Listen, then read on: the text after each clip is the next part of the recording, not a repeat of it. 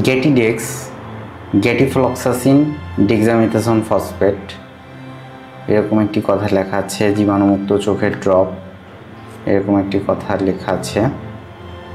120 টাকা।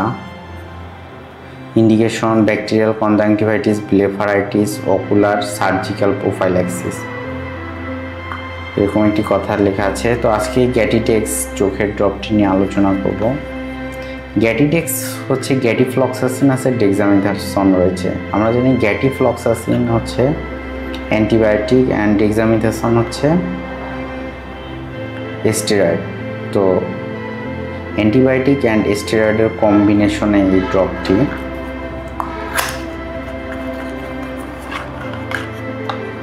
তো এরকম একটি কন্টেইনার রয়েছে,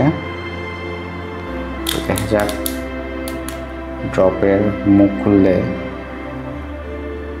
liquid I drop, this is liquid I drop.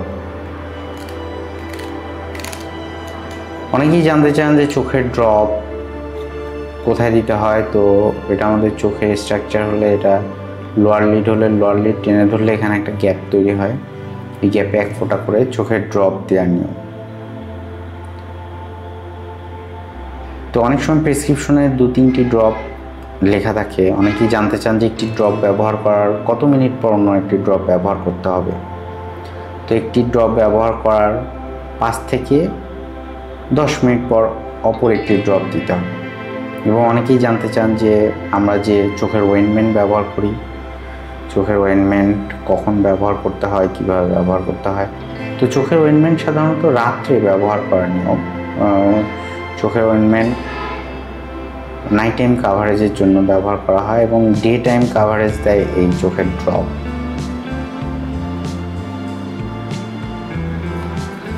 তো দেখা যায় যে চোখের ড্রপ গ্যাটিডেক্স এই সম্পর্কে এখানে কি লেখা আছে। এখানে মোড অফ অ্যাকশন দেওয়া আছে, ইন্ডিকেশন দেওয়া আছে scleritis, episcleritis, iritis, cystitis. Steroid response, ocular inflammatory condition. এখানে বলা হচ্ছে যে অকুলার যে ইনফ্লামেটরি কন্ডিশনগুলো রয়েছে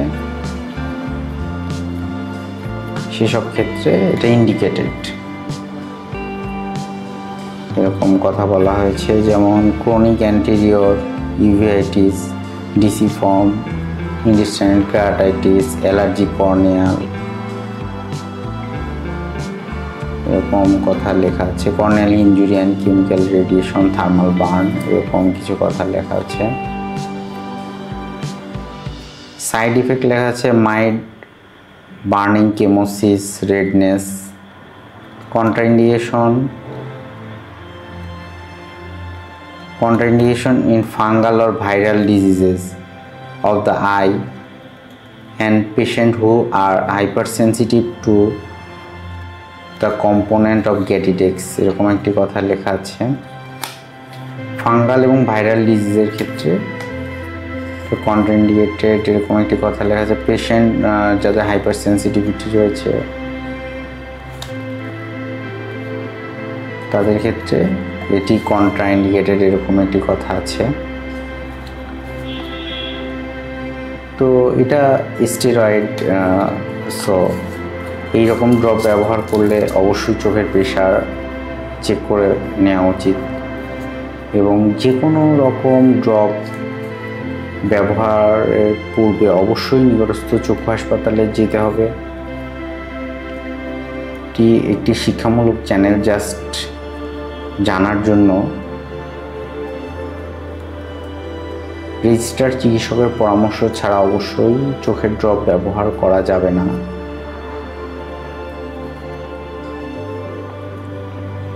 চ্যানেলটি ভালো লেগে থাকলে সাবস্ক্রাইব করে রাখতে পারেন।